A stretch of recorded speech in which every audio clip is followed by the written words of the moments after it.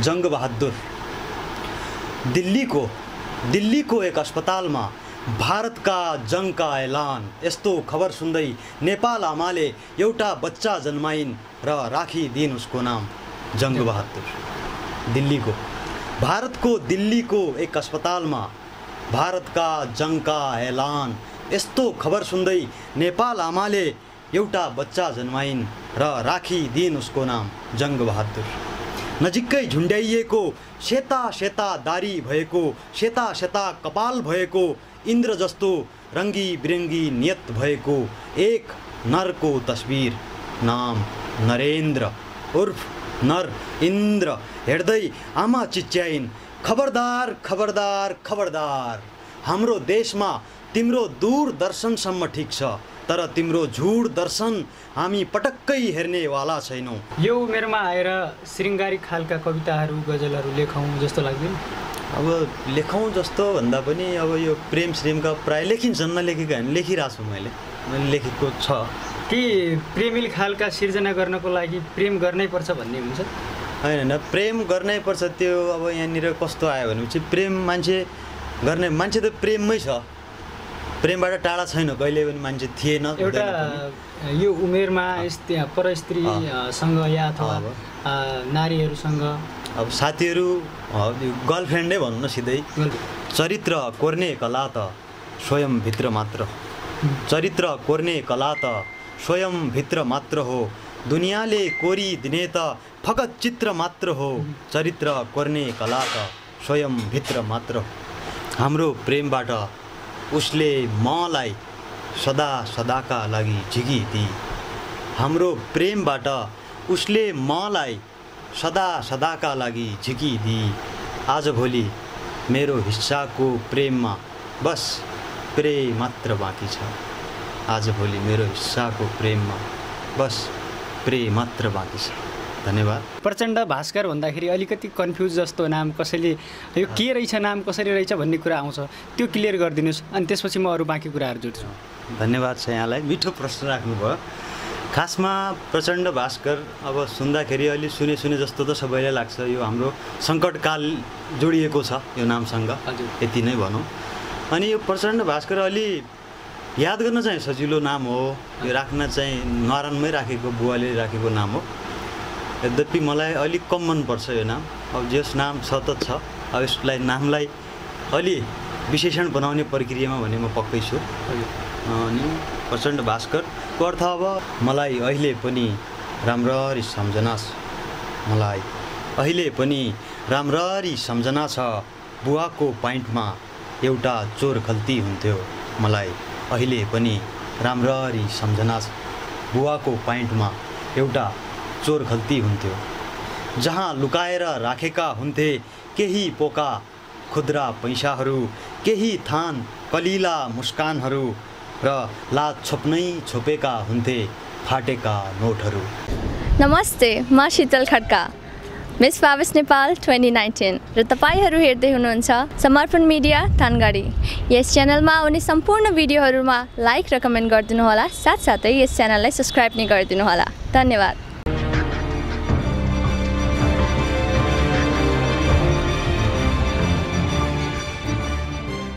समर्पण मिडिया धनगढीको आजको यात्रा हामी महेन्द्रनगरमा गरिरहेका छौँ।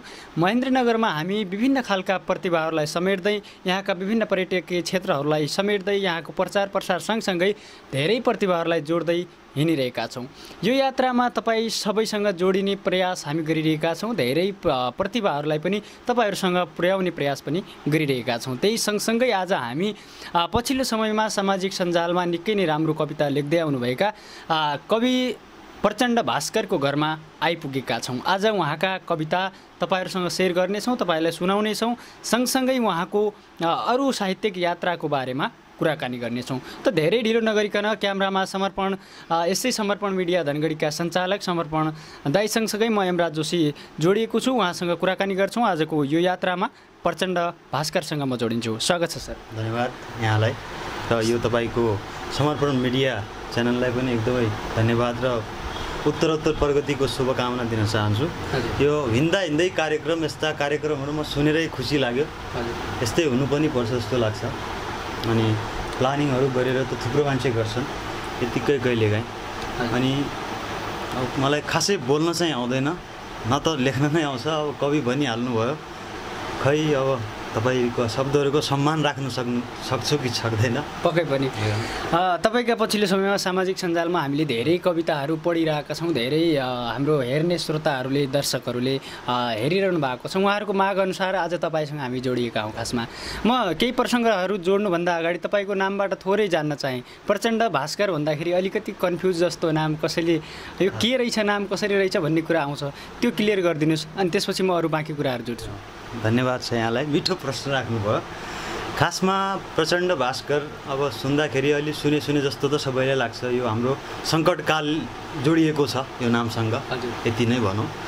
अनि यो प्रचण्ड भास्कर अलि याद गर्न चाहिँ सजिलो नाम हो। यो राख्न चाहिँ नारायणमै राखेको, बुवाले राखेको नाम हो। यद्यपि मलाई अलिक कम मनपर्छ यो नाम। अब जस नाम छ त छ, अब यसलाई नामलाई अलि विशेषण बनाउने प्रक्रियामा भने म पक्कै छु। अनि प्रचण्ड भास्करको अर्थ अब प्रचण्ड भनेपछि चर्को बुझाउँछ, भास्कर भनेपछि सूर्य बुझाउँछ। प्रचण्ड भास्कर भनेको एउटा चर्को सुरज जस्तो के सूर्य जस्तो। एकदमै नामको पुरै व्याख्या विश्लेषण गरेर प्रश्न पारिदिनु भएको छ। कसैले अलिकति कन्फ्युजन हुनसक्छ, नाम प्रचण्ड भास्कर कसै आफै साहित्यिक नाम राखिएको हो कि या घरका मान्छेले राखिदियो कि भन्ने हुन्छ। अब बाँकी प्रसङ्ग जोड्छु। पछिल्लो समयमा कोभिड-19 अर्थात् कोरोनाले अलिकति सङ्कट फैलिरहेको छ, महामारी फैलिरहेको छ, धेरै जसो घरमै बसिरहनु भएको छ, धेरै 3-4 महिना भइसक्यो। तपाईँको दैनिक कसरी चलिरहेको छ? दैनिकी यो अहिले चाहिँ अब यो भौतिक रूपमा भन्नुपर्दा चाहिँ अप्ठ्यारै छ। अब घुम्ने मान्छेलाई, खासमा घुम्ने काम गर्नेहरूलाई, बाहिर गइरहने मान्छेलाई यसको एकदमै प्रभाव चाहिँ छ, सबै ठाउँमा परेकै छ। र जस अब हामी लेख्ने मान्छेहरूलाई भने चाहिँ एउटा यसले अपर्च्युनिटी पनि जस्तो पनि छ। केही नयाँ गर्नलाई हामीसित थुप्रो समय हुन्छ, पहिले पनि हुन्थ्यो यद्यपि, तर अहिले अलि बढी नै हुन्छ। हामीसँग समय छ, हामी मजाले बसेर सबैका अब त्यो पढ्न पनि पाइरहेका छौँ। धेरै अलि बढी नै, पहिले अलि कम पढिन्थ्यो मेरो चाहिँ, अहिले अलि बढी अध्ययनमा पनि छु। मान्छेको लेखेको धेरै कविताहरू सामाजिक सञ्जालमा धेरै पढ्न पाइन्छ र पढेर आनन्द जसको अब मिठो लाग्नेको मजै आउँछ। सबै किसिमका कविताहरू पढिरहेकै हुन्छु। कोरोनाले धेरै क्षेत्रहरूलाई प्रभावित बनाएको छ, उद्योग धन्दा बन्द छन्, कामदारहरूलाई काम नपाएर धेरै गाह्रो भइरहेको छ। समग्रमा हेर्नुपर्दा साहित्यलाई कोरोनाले प्रभाव पार्यो या साहित्यलाई राम्रो अवसर दियो, के मान्नुहुन्छ तपाईँ? म चाहिँ कोरोना त यसको लागि वरदानै भएर आयो। साहित्य जतिले सर्जकहरू, स्रष्टाहरू छन् तिनीहरूले एकदमै समय पाए। अहिले सायदै होला यस्तो कविताहरू सामाजिक सञ्जालमा यसरी आएका, र झन्झनै अस्ति त क्वारेन्टाइन पोइट्री भनेर नै मान्छेले इनफ इज इनफ भनेर ट्यागलाइनै हानेर एकै दिनमा त्यो साधु चाहिँ करिबन लगभग 1000 जति त कवितै एकैचोटि एकै समयमा, त्यो भनेको ठुलै उपलब्धि पनि हो र ठुलै अवसर हो जहाँसम्म लाग्छ। केही चिज राम्रैकै लागि हुन्छ। तपाईँका धेरै कविता सुन्छौँ, धेरैले कविता सुनाउनुपर्छ, सुन्नुपर्छ भनेर यो भिडियो हेर्नुहुन्छ, धेरैले तपाईँका कविताको प्रतीक्षा गरिरहनु भएको छ। आफ्नै आवाजमा यो मिडियाबाट कसरी तपाईँले तपाईँका कविता सुनौला, कहिले सुनौला भन्ने पनि लागेको होला। एउटा कविता सुनौँ सुरुमा, त्यसपछि बाँकी कुरा जोडौँ। हजुर, धन्यवाद छ। अब यो लेख्ने मान्छेलाई त्यही हो, सुनाउनु पाइदिए भयो, अरू केही चाहिँदैन। खासमा सुन्ने मान्छे र सुनाउने भए पुग्छ। अनि मलाई पनि लेख्नु सँगसँगै सुनाउन एकदमै मनपर्छ। म आफूलाई प्रस्तुति गर्न चाहन्छु। कोही मान्छे अब सञ्जालमा नआउनु खोज्छन् होला, तर मलाई चाहिँ आफू प्रस्तुत हुन निकै मनपर्छ। र म एउटा छोटो कविताबाट सुरुवात गर्छु। एकदमै छोटो कविता। यसको शीर्षक चाहिँ प्रे छ, अङ्ग्रेजी हो हुन त, प्रे, PRAY, प्रे। छोटो कविता। प्रे, प्रार्थना। हाम्रो प्रेमबाट उसले मलाई सदा सदाका लागि झिकिदी। हाम्रो प्रेमबाट उसले मलाई सदा सदाका लागि झिकिदी। आजभोलि मेरो हिस्साको प्रेममा बस प्रे मात्र बाँकी छ। आजभोलि मेरो हिस्साको प्रेममा बस प्रे मात्र बाँकी छ। धन्यवाद। छोटै कविता थियो, निकै नै छोटो अनि दमदार कविता को लागि धन्यवाद छ। धन्यवाद। अलि फ्रेमिङ कविता सुनाइरहँदा यसरी घरभित्रै बसेर सुनाइरहँदा घर परिवारसँग कहिलेकाहीँ सुनाइन्छ कि सुनाइँदैन? एकदमै मेरो घरमा कस्तो छ भनेपछि मेरो हजुरआमा चाहिँ एकदमै साहित्य प्रेमी। सबैभन्दा मेरो घरमा मेरो हजुरआमा छन्। उनीहरूलाई गीत देउडाहरू प्रायः अब पहाडको हामी भएकोले, पहाडी परिवेशका मान्छे भएकोले म पहाडीमा पनि सुनाउँछु कति बेला। तर अब समय हुँदैन र तिनीहरूले अब त्यो सबै बुझ्दैनन् पनि, बुझे जति चाहिँ सुन्छन्, म सुनाउँछु। उनले बुझ्ने मेरो पहिलो पाठ त्यो श्रोता घरबाटै हुन्छ। हाम्रै फ्रेमभन्दा पछाडि दाइ पनि हुनुहुन्छ, बुवा पनि हुनुहुन्छ होला सबै। उहाँहरूको अगाडि सुनाउनु भयो भने तपाईँले कस्तो खालको प्रतिक्रिया पाउनुहुन्छ? तिनीहरूको आँखामा एउटा चाहिँ आफूप्रति चाहिँ यो केही न केही गर्छ भन्ने एउटा चाहिँ आशाका त्यो किरणहरू चाहिँ देख्छु मैले। यद्यपि त्यो केही भन्दैनन्, मुखबाट त्यस्तो खासै प्रतिक्रिया आउँदैन।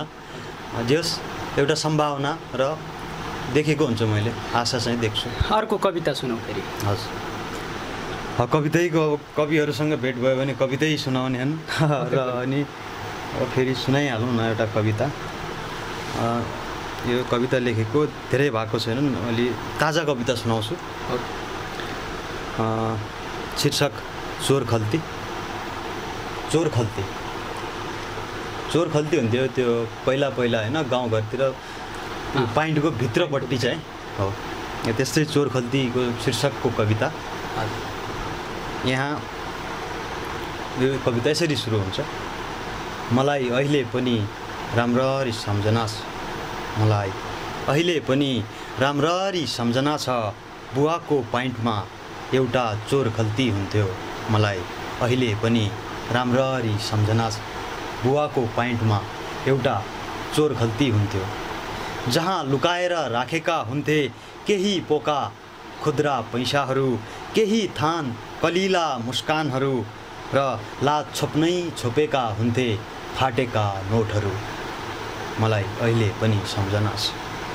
जब सावाको ब्याजले चर्को आवाज निकाल्थ्यो, जब सावाको आवाजले चर्को आवाज निकाल्थ्यो, जब सावाले ब्याजको चर्को आवाज निकाल्थ्यो, बुवाले बनाइदिनुहुन्थ्यो साहुलाई बुद्ध त्यही चोर खल्तीमा हात हालेर। बुवाले बनाइदिनुहुन्थ्यो साहुलाई बुद्ध त्यही चोर खल्तीमा हात हालेर। ऊ बेला म सोच्ने गर्थेँ बुवाको चोर खल्ती जस्तै मेरो पनि भएको भए। ऊ बेला म पनि सोच्ने गर्थेँ बुवाको चोर खल्ती जस्तै मेरो पनि भएको भए। म पनि लुकाएर राख्ने थिएँ अलिकति खुद्रा पैसाहरू, मेरो पनि चोर खल्ती भएको भए। म पनि लुकाएर राख्थेँ अलिकति खुद्रा पैसाहरू र बनाइदिने थिए बुद्धु पैसा छ भने मेरो खल्तीमा हात हाल्नेहरूलाई। बनाइदिने थिए बुद्धु पैसा छ भने मेरो खल्तीमा हात हाल्नेहरूलाई। तब म बच्चै थिएँ र सोच्थे यदि मेरो पनि चोर खल्ती भएको भए म पनि अलिकति खुद्रा पैसाहरू लुकाएर राख्थे र बनाइदिने थिए बुद्धु पैसा छ भने मेरो खल्तीमा हात हाल्नेहरूलाई। तब म बच्चै थिएँ। आज मेरा पनि बच्चा छन् र बल्ल सम्झिँदैछु चोर खल्ती रहरले होइन बाध्यताले बनाउँदा रहेछ। चोर खल्ती रहरले होइन बाध्यताले बनाउँदा रहेछ। आजभोलि मेरा बच्चाहरू पनि छन् र म सम्झिँदैछु चोर खल्ती रहरले होइन बाध्यताले बनाउँदा रहेछ। क्या मिठो कविता। यो पछिल्लो समयको समसामयिक कुराहरू जसरी भ्रष्टाचार बढिरहेको छ त्यस्तो विषयहरूलाई अलिकति टच गर्न खोजिएको छ होइन? कविता लेखिरहँदाखेरि वास्तविकतामा कतिको डुबेर लेख्नुहुन्छ? एकदमै। यो अब साहित्यले कल्पना त छँदैछ होइन, कल्पना त त्यो अब साहित्यमा यथार्थलाई पनि छुनैपर्छ। कल्पनाभन्दा म सकेसम्म यथार्थ अलिक बढी नै राख्छु। सोच्ने शक्ति होला त्यसमा, आफूसँग भोगाइहरू पनि हुन्छ कविताहरूमा र यथार्थलाई चित्रण गर्ने हो। अलिक काल्पनिक कलात्मक शैलीमा यथार्थलाई नै लेखिने कोसिस गर्छु म। एकदमै। श्रोता दर्शक तपाईँहरू सबैलाई थाहा छ आज हामी महेन्द्रनगरको यात्रामा छौँ। फेसबुकबाट लाइभ पनि हेरिरहनु भएको छ, तपाईँ सम्पूर्णमा धेरै धेरै सम्झना छ, मिठो माया छ। युट्युबबाट पनि तपाईँले हेरिरहनु भएको छ। आज हामी प्रचण्ड भास्करको निवासमा छौँ। प्रचण्ड भास्करको यो निवास महेन्द्रनगर एयरपोर्टको नजिकै पर्छ। यो गाउँको नाम ठ्याक्कै के पर्छ सर? यो गाउँको नाम यो कञ्चनपुर भीमदत्त नगरपालिका वार्ड नम्बर 17 मजगाउँ भन्छ। यता हजुर मजगाउँ हो। महेन्द्रनगरतिरको साहित्यिक माहौल कस्तो छ? महेन्द्रनगर अब म पहिले चाहिँ म त्यति खासै अपडेटेड थिएन, मलाई जानकारी एकदमै कम छ यो विषयमा र अहिले चाहिँ म सक्रिय छु र यहाँ हेर्दा अलि अग्रजहरू एकदमै राम्रो साहित्यमा एकदमै राम्रो लेख्ने मैले भेट्टाएको छु र भोलिको दिनमा भेट पनि हुन्छ होला र अलि राम्रै माहौल बनाउँछु भन्नेतिर मैले आफ्नो पुरै सहयोग हुन्छ मेरो चाहिँ। तपाईँले कहिलेदेखि कविता लेख्न सुरु गर्नुभएको? मैले ठ्याक्कै कविता लेख्न सुरु गरेको मैले 2 वर्ष पनि भएको छैन। 2 वर्ष भएको छ। 2 वर्ष नपुग्दै यति राम्रो उत्कृष्ट कविता लेखिरहनु भएको छ र अग्रजहरूका कविता पनि पढ्नुहुन्छ होला। उहाँहरूका कवितासँग तपाईँको कविता तुलना गर्दाखेरि कस्तो पाउनुहुन्छ? पक्कै पनि म अलि अध्ययनको कमी छ म मान्छु। अध्ययन अब अलि केही त्यस्तै भयो, परिस्थितिवश भनौँ, अलि आफ्नै कारणहरू थिए। अध्ययनमा चाहिँ अहिले म टाढै पुस्तकहरूदेखि धेरै टाढा थिएँ पहिला र अहिले अब माया प्रेम बढिरहेछ, पुस्तकहरूसँग पढिरहेछु, एकदमै पढिरहेछु म। यद्यपि अहिले चाहिँ 4-5 दिन भयो म यतिकै छु पनि जस पढ्न चाहिँ पुस्तकहरू पढिरहेछु। अनि मैले के पाउँछु भनेपछि मेरो कविताहरूमा एकदमै शब्दकोशको चाहिँ मलाई धेरै कम छ, मलाई जानकारी धेरै न्यूनै छु म, शब्दमा अलि कमै छन् र सरल भाषाहरूमा लेख्ने कोसिस चाहिँ गरिन्छ एकदमै। कसैले अब भन्ला पनि पढ्ने बित्तिकै अलि सामान्य खालका पनि हुन्छन् र तर गहिरो सन्देश दिने मेरो प्रयास चाहिँ सधैँ रहिरहन्छ। हुन्छ, अर्को कविता सुनाऊ फेरि। हजुर, धन्यवाद। म कविता वाचन गर्न अनुमति चाहन्छु र यो कविताको शीर्षक छ जङ्ग बहादुर। यो अलि समसामयिक, यो भारतको अलि धेरै न्युज च्यानलहरू हाम्रो सरकारले बन्द गर्ने निर्णय गरेको छ र यो कविता अलि अघि नै लेखिएको हो, 2 महिना झन्झनै भयो। जङ्ग बहादुर। दिल्लीको एक अस्पतालमा भारतका जङ्गका ऐलान, यस्तो खबर सुन्दै नेपाल आमाले एउटा बच्चा जन्माइन् र राखिदिइन् उसको नाम जङ्ग बहादुर। दिल्लीको एक अस्पतालमा भारतका जङ्गका ऐलान, यस्तो खबर सुन्दै नेपाल आमाले एउटा बच्चा जन्माइन् र राखिदिइन् उसको नाम जङ्ग बहादुर। नजिकै झुन्ड्याइएको, सेता दारी भएको, सेता कपाल भएको, इन्द्र जस्तो रङ्गी बिरङ्गी नियत भएको एक नरको तस्बिर, नाम नरेन्द्र उर्फ नर इन्द्र। हेर्दै आमा चिच्याइन्, खबरदार, हाम्रो देशमा तिम्रो दूरदर्शनसम्म ठिक छ, तर तिम्रो झुड दर्शन हामी पटक्कै हेर्नेवाला छैनौँ। हाम्रो देशमा तिम्रो दूरदर्शनसम्म ठिक छ, तर तिम्रो झुड दर्शन हामी पटक्कै हेर्नेवाला छैनौँ। हाम्रो कद भले सानो भए पनि तिम्रो अहमताको वध गर्न हाम्रो बहादुर पद नै काफी छ। हाम्रो कद भले सानो भए पनि तिम्रो अहमताको वध गर्न हाम्रो बहादुर पद नै काफी छ। तिम्रो यो जङ्गको विरुद्धमा युद्ध गर्ने जङ्गी छोरो जन्माइसके मैले। तिम्रो जङ्गको विरुद्धमा युद्ध गर्ने जङ्गी छोरो जन्माइसके मैले र राखिसके उसको नाम जङ्ग बहादुर। थाहा छ कि छैन तिमीलाई सीमा मिच्ने जङ्ग बहादुरले कहिल्यै हार्न जानेको छैन भनेर। थाहा छ कि छैन तिमीलाई सीमा मिच्ने जङ्ग बहादुरले कहिल्यै हार्न जानेको छैन। धन्यवाद। निकै दमदार कविता। पछिल्लो समयमा जसरी भारतले सीमा मिचिरहेको छ त्यसको विरुद्धमा यस्ता धेरै सिर्जनाहरू आएका छन्। धेरैले सिर्जना गरिरहँदा कसैले राष्ट्रियताको विषयलाई उठान गर्नुहुन्छ, कसैले शृङ्गारिक धारामा रहेर कविता या गजल या साहित्यका विधामा कलम चलाउनुहुन्छ। तपाईँले प्राय कुन विधामा, कुन तहमा रहेर सिर्जना गर्न रुचाउनुहुन्छ? ठ्याक्कै म अलिक कस्तो छ भने मलाई छिटो रिसाउँछ। म छिटो रिसाउने खालको प्रवृत्तिको मान्छे हो। रिसाउने भन्नाले कस्तो रिसाउने कि आक्रोश हुन्छ कि म मान्छे देखेर त्यो दुई किसिमको रिसाउने हुन्छ क्या। एउटा मान्छे देखिने रिस, ईर्ष्या भन्छ त्यसलाई, एउटा चाहिँ रिस हुन्छ, एउटा आक्रोश भन्छ क्या। म अलि आक्रोश भएको मान्छे हो र अलि मलाई सशक्त बोल्ने, चर्को बोल्ने, सशक्त आवाजहरू उठाउन मनपर्छ, मलाई त्यो रुचि पनि हुन्छ।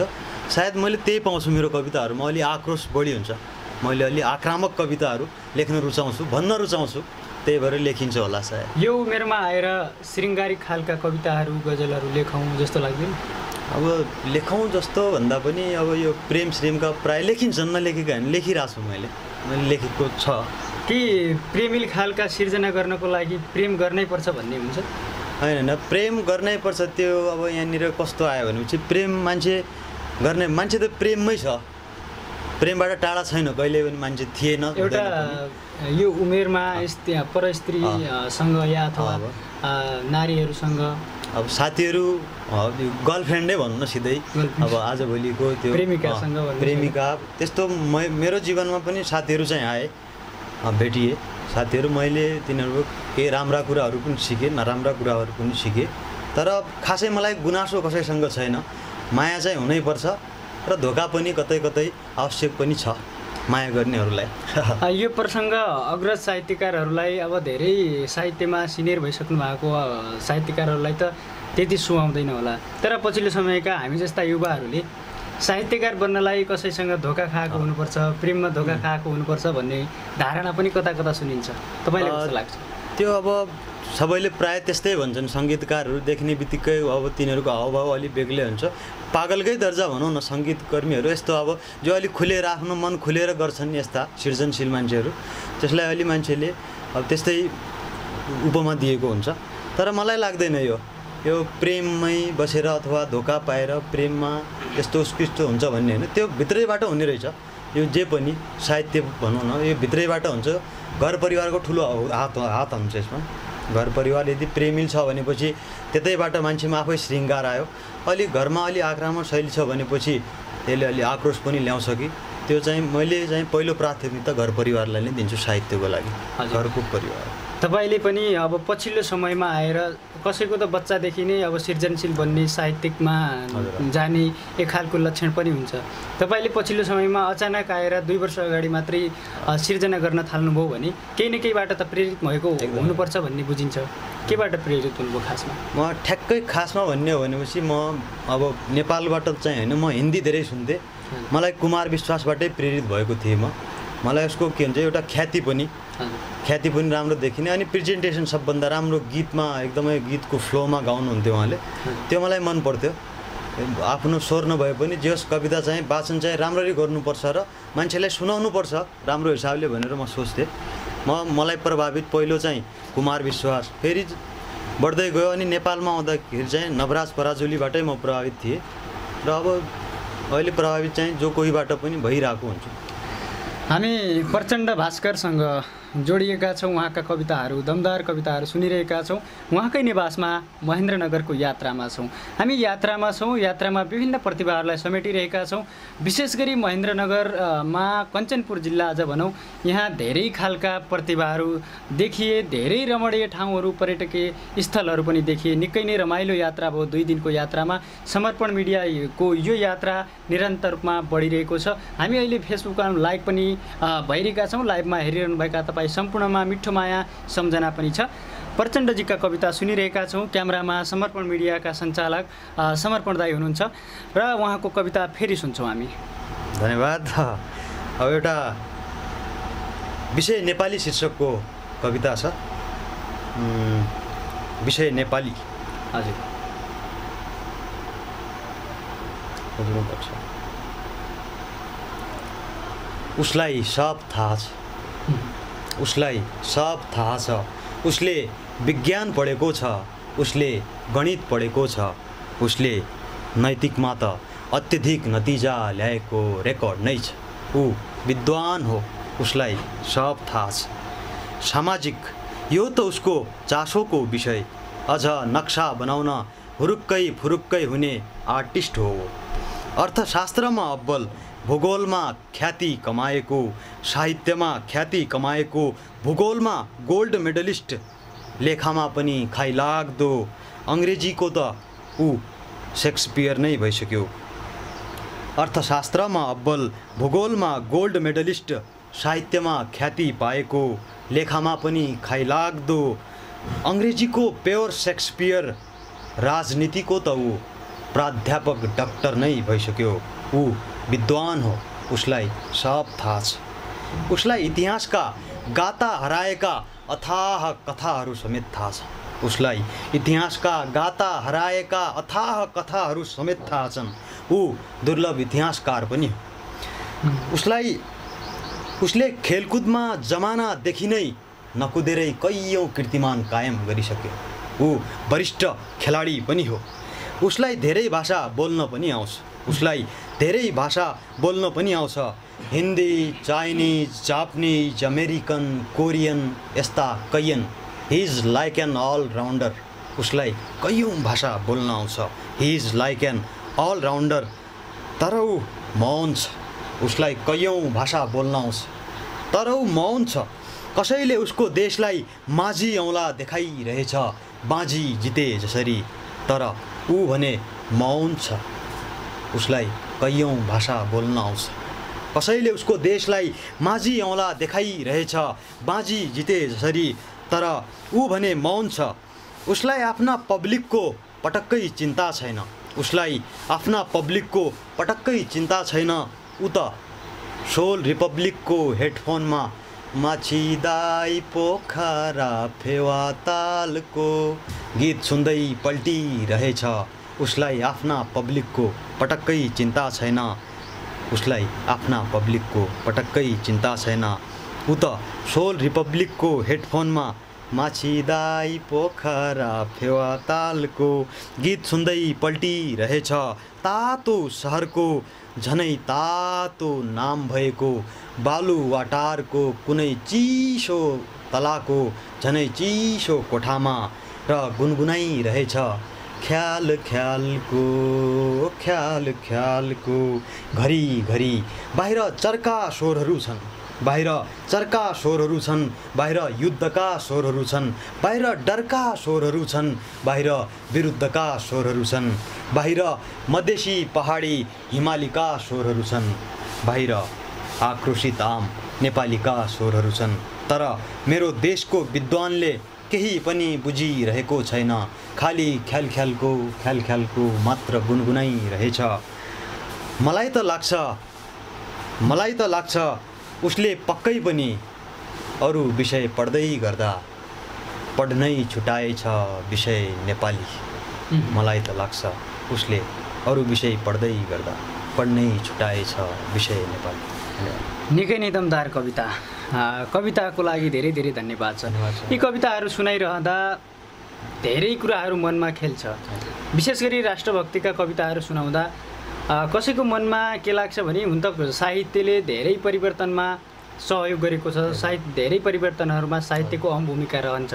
तपाईँले यी सिर्जनाहरू गरिरहँदा कसैले सरकारको विरोधै गर्नको लागि या कसैको विरोधै गर्नको लागि मात्रै लेखेको त्यो फिल मनमा गरेर लेख्छ।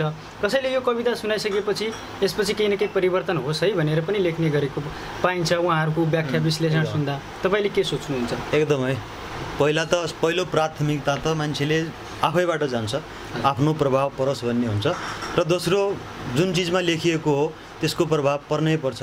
त्यो पर्यो भनेपछि त्यही राम्रो पाटो पनि हो। हामीले केही कुराहरू हामीले कसैलाई भन्न चाह्यौँ र त्यो कुरा ठ्याक्कै भयो भनेपछि त्यही नै हाम्रो उपलब्धि हुन्छ। कविताको त्यही नै हो। कविता भएर बाँच्नु भनेकै त्यही हो कि कविता बाँच्यो त्यहाँनिर। अनि मैले अर्को कुरा यहाँनिर जोड्न चाहेँ। कविताको अब ठ्याक्कै आफ्नै लागि भन्छन् भन्नु त आत्मसन्तुष्टिको लागि लेखिन्छ भन्छन्। तर आत्मसन्तुष्टिको सँगसँगै अरूहरूलाई पनि सन्तुष्ट गर्ने खालको र त्यसले सकारात्मक एनर्जी ल्याओस्, प्रभाव चाहिँ पारोस् भन्ने चाहिँ मान्छु।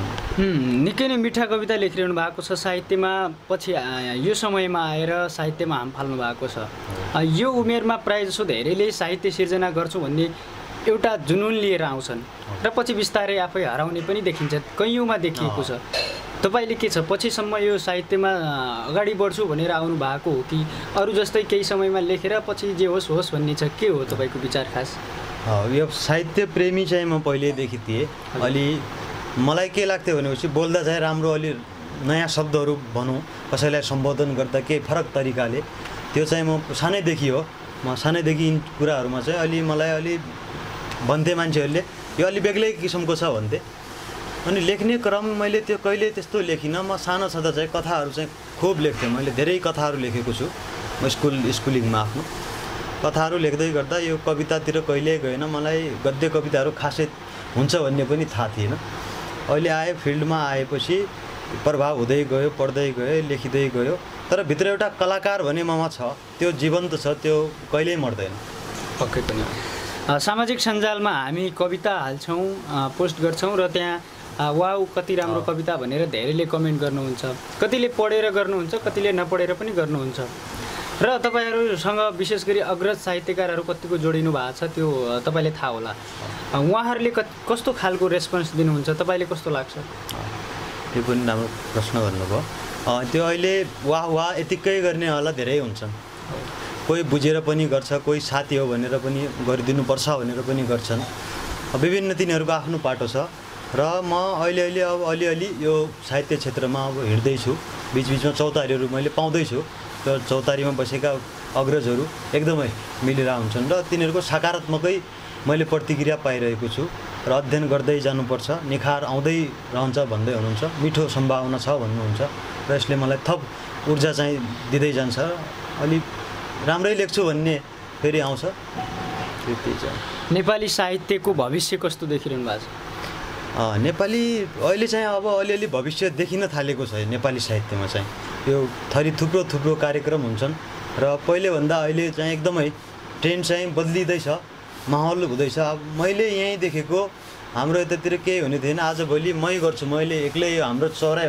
नजिकै छ त्यहीँ पनि एउटा साङ्गीतिक म बेलुका म गयो भने मलाई भन्छन् कि एउटा गजलै होस् कवितै होस् भन्छन् अब यसै हो सुरुवात यसरी नै हुन्छ माहौल हुँदैछ गजल कतिको लेख्नु भएको छ अब गजल मलाई मनपर्छ लेख्न चाहिँ सिकिरहेको छु अहिलेसम्म लेख्नु भएको छैन लेख्न चाहिँ लेखियो नेपाली 1-2टा गजल लेखेको छ सकिन्छ भने एउटा गजल सुन्न सकिन्छ अहिले सकिन्छ पहिलो गजल यो गजलमा एउटा इत्र भन्ने शब्द पनि छ इत्र भन्नाले त्यो पर्फ्युम भन्छ सेन्ट पर्फ्युम हो यो पहिलो गजल खासै गजल अब मैले लेखेँ गजल जस्तो छ भन्नेले भन्छन् त्यही भएर चरित्र कोर्ने कला त स्वयं भित्र मात्र चरित्र कोर्ने कला त स्वयं भित्र मात्र हो दुनियाँले कोरी दिने त फकत चित्र मात्र हो चरित्र कोर्ने कला त स्वयं भित्र मात्र कुल्ची हेरै गएका हुन् आउने जानेहरूले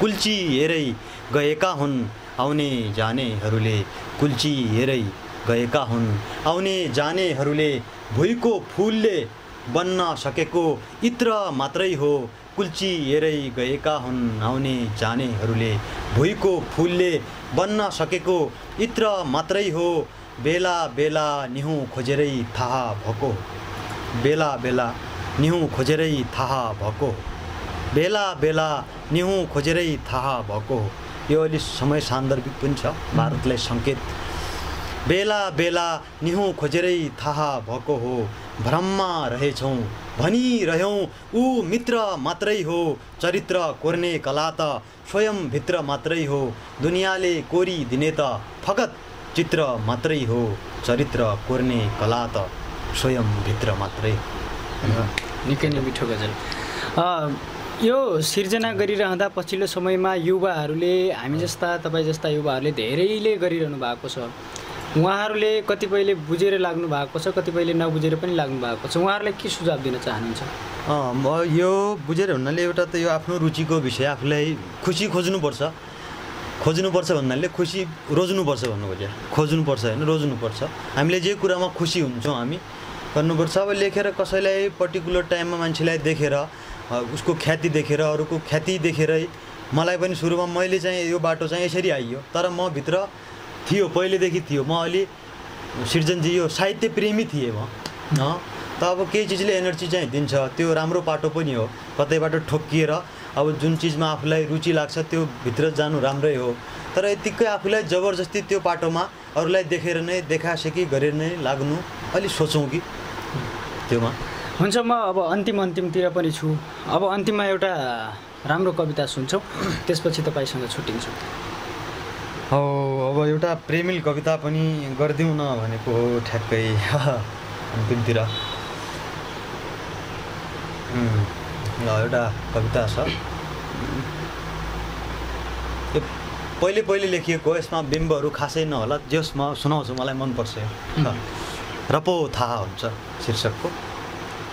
र पो थाहा हुन्छ तिमी कसैको साँचो प्रेममा हराऊ, र पो थाहा हुन्छ तिमी कसैको साँचो प्रेममा हराऊ, र पो थाहा हुन्छ म छु है भनी मनदेखि नै भरोसा गराऊ, र पो थाहा हुन्छ भन्नलाई त प्रेम गर्यौ होला तिमीले पनि, भन्नलाई त प्रेम गर्यौ होला तिमीले पनि, तर कहिले आफ्नै टुक्रिएको मनले कराऊ, र पो थाहा हुन्छ तिमी कसैको साँचो प्रेममा हराऊ, र पो थाहा हुन्छ। के थाहा छ र तिमीलाई पुराना ती दिन, के थाहा छ र तिमीलाई पुराना ती दिन, पहुँचको अखण्ड चिसो सँगैका ती बाचाहरू, वरदान जस्तै लाग्ने एन्सेलको त्यो 20 रुपैयाँको ऋण, अनि श्राप जस्तै लाग्ने तिम्रो म्यासेजको लास्ट सिन।